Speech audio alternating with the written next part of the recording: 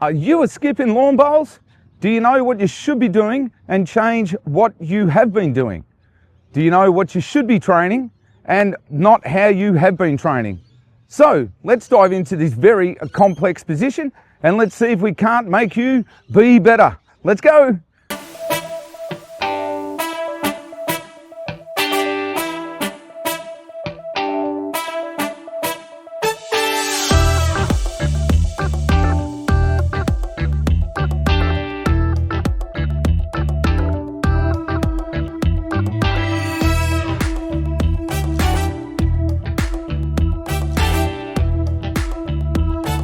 G'day everyone, I'm Matt Clark, Bowls Australia accredited coach.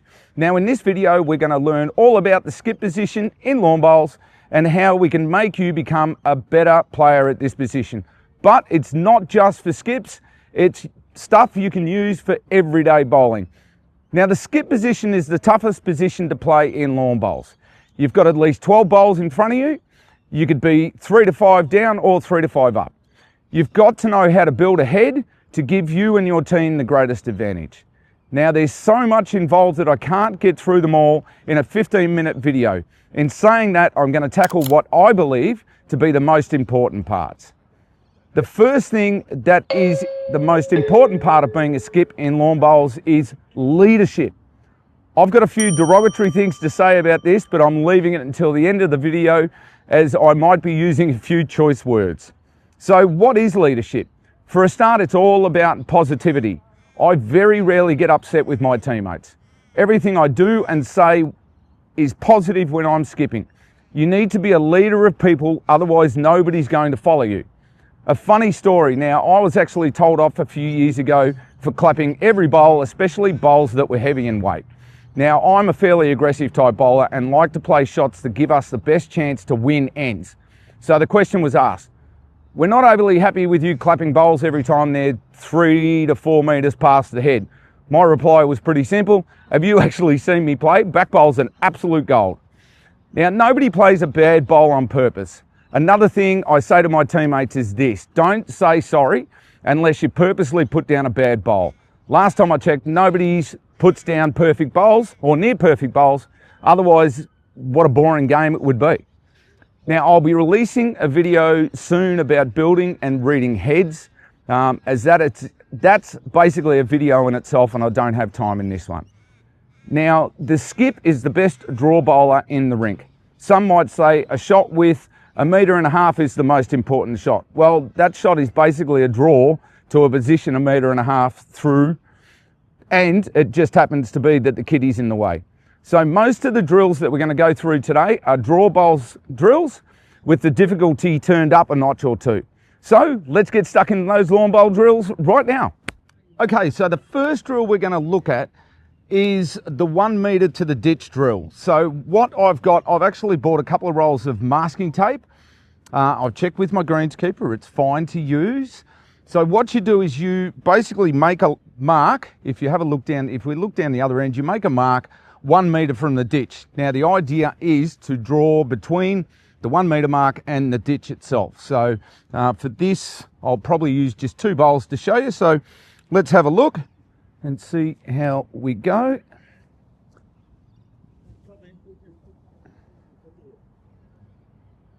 So like I said, what we're trying to do is get around about the mark of that 1 metre mark. And there we go, that's not a bad first bowl. Quite happy with that. And we'll do another one.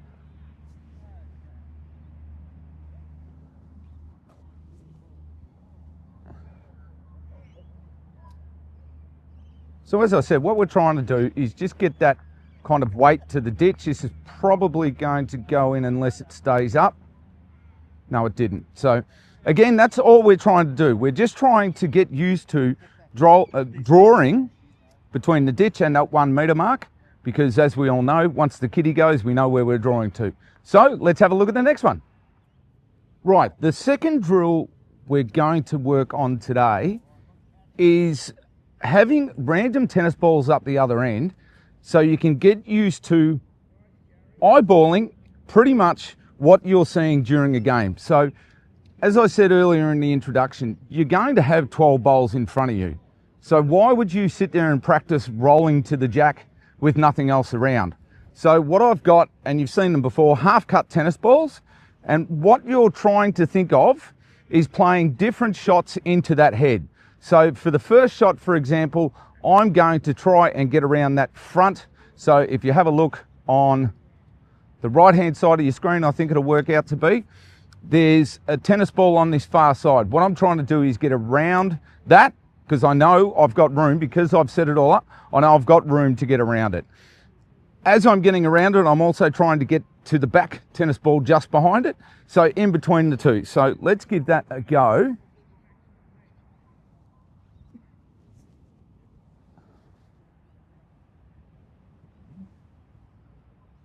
See how that goes. I might be a bit, no, I'm just a bit heavy on that one.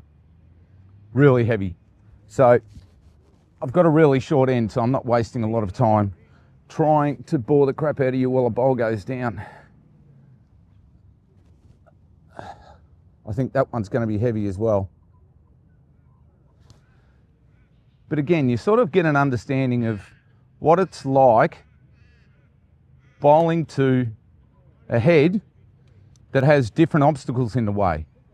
So what I might try and do with this bowl is there's a jack about 1.5 meters behind. So again, I'll try and drag the kitty through to that jack.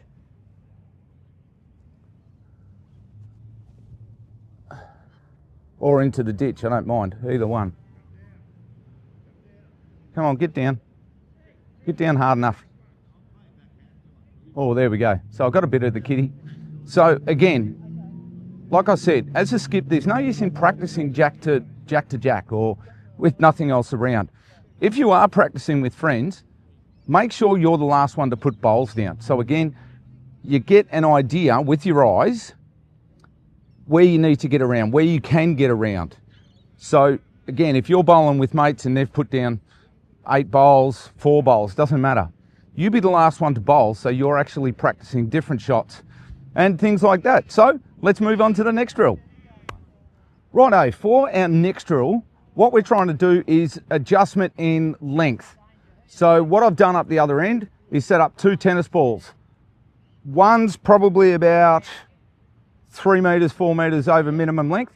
The other one's about 4 meters past that. So what we're trying to do is we're bowling to that first tennis ball, and then with our second bowl, we're bowling to the one further back, just so we can sort of get an understanding of how much weight we need to add for that amount of movement. So for example, either you've played a shot that has moved kitty, or your opponent has actually moved the kitty back 3 or 4 meters. So that's what we're trying to do. It's just that adjustment of weight to try and get used to the idea of adding that weight that is necessary for how far the kitty has moved back. So if we put down our first one, and again, we're just trying to get to the kitty at the front. Not too bad in terms of weight, a little bit through. But again, this is where we try and adjust for the weight change. So,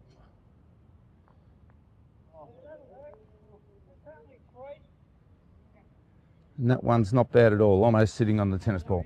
So, again, all we're trying to do is just get an idea of the change of length. So, I've done 2 on the backhand, now we just do 2 on the forehand.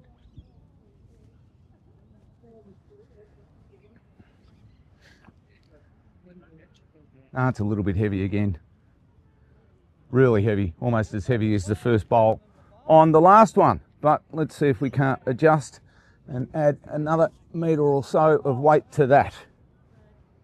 So that's all we're trying to do. Again, we're just trying to adjust weight and we go from there. All right, on to the last and final drill. All right, the last drill we're going to look at is probably one of the most complicated drills I've ever done. I've only attempted it once, so please forgive me a little bit if I'm a little bit off on this one. So we need a jack and your 4 bowls. So what we do, we're going to roll the jack down to a certain length. The first bowl, what we're going to do is actually draw to that jack. The second bowl, what we're going to do is play with about 6 feet of weight, so 1 to 2 meters of weight. The third bowl is a straight drive at it. So again, driving comes down to your pace. So, and then the fourth bowl, what we're trying to do is draw to the jack. So if you actually do get the jack and it goes into the drink, you draw basically to the furthest you can before you go into the drink itself, or into the ditch. I like to call it the drink because it goes for a swim. But anyway, so that's pretty much what you do. It's probably, as I said, one of the most complicated and hardest drills I've ever done myself. I don't practice it a lot, but I probably should, but depends on the position you're playing. So what we do, again, we don't need to center the jack, so you're drawing to wherever the jack ends up. So what we're doing, roll the jack down. Right, and again, I don't tend to wait until the jack finishes rolling. I like to roll my bowl straight after it pretty much.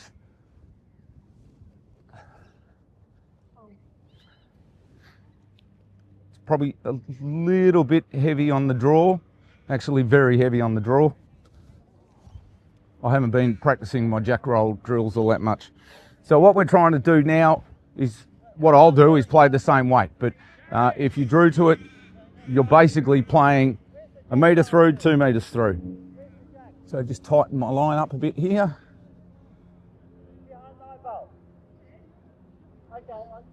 Okay, and if you're lucky enough, we should get jack movement, which is right over to where my first bowl went. Now,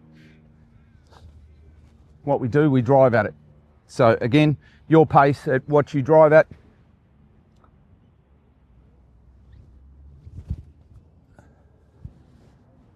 All right, and I've missed it. Didn't miss it by much, a couple of bowls width. Right, and again, now we go back to the draw.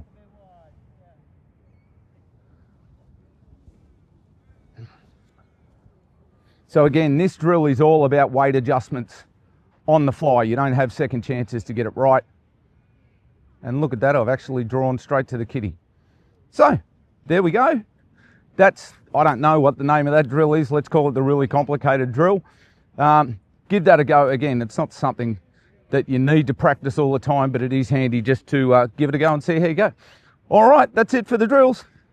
Okay, there's a group of drills that you can use to be better at being a skip. Now, as I said earlier in the video, I want to finish with one of the biggest bugbears I have in lawn bowls. We've all seen it, we've all been part of it, so you'll understand where I'm coming from. Now, sorry for the use of any inappropriate language I'm about to use, but I'm completely going to ad-lib this bit. I haven't scripted it or nothing. Now, my biggest bugbear in lawn bowls is grumpy skips.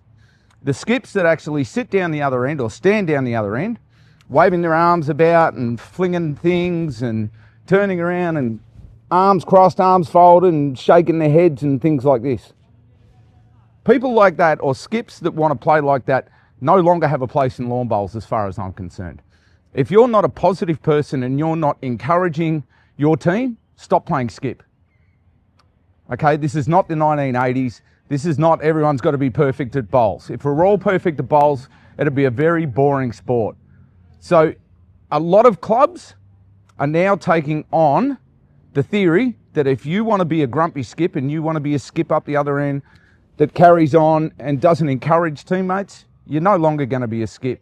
And that's what I would like to see across the board, to be honest. I personally don't care how good you are or how good a bowler you are. If you're not a positive leader playing skip, go back to playing third. Go and play second. Get somebody up the other end who's encouraging the teammates, who is a leader in terms of positivity within the group of 4 that you have. So that's what I think. Again, I hope some clubs are now starting to take that on, that if your skips aren't being encouraging, aren't being positive, move them to a third. Get them out of the way of that position. Get somebody in who is encouraging and is positive, especially in the lower grades where we've got new bowlers coming along. I've seen so many times skips sitting there, carrying on, waving their arms, turning their backs, crossing their arms, looking rather angry, and then a bowler comes off the actual bowling green and goes, I don't really want to play anymore. I don't enjoy it. It should be an enjoyable sport. At the end of the day, it is a hobby. Okay, for some it's a professional thing, but at the end of the day, It's a sport. It's a hobby for 99.9% of people. Make it enjoyable, and it should be enjoyable. And that goes for everybody. I'm probably not a great person to advocate that myself at times because I do get down on myself, but I'm learning. Hey, make it an enjoyable sport. The more enjoyable it is, the better you bowl and the more fun you have, and you want to come back and keep going. So that's my bugbear. That's my 2 cents worth. So hopefully you enjoyed this video, and from me, may your next bowl be on the right bias. See you guys.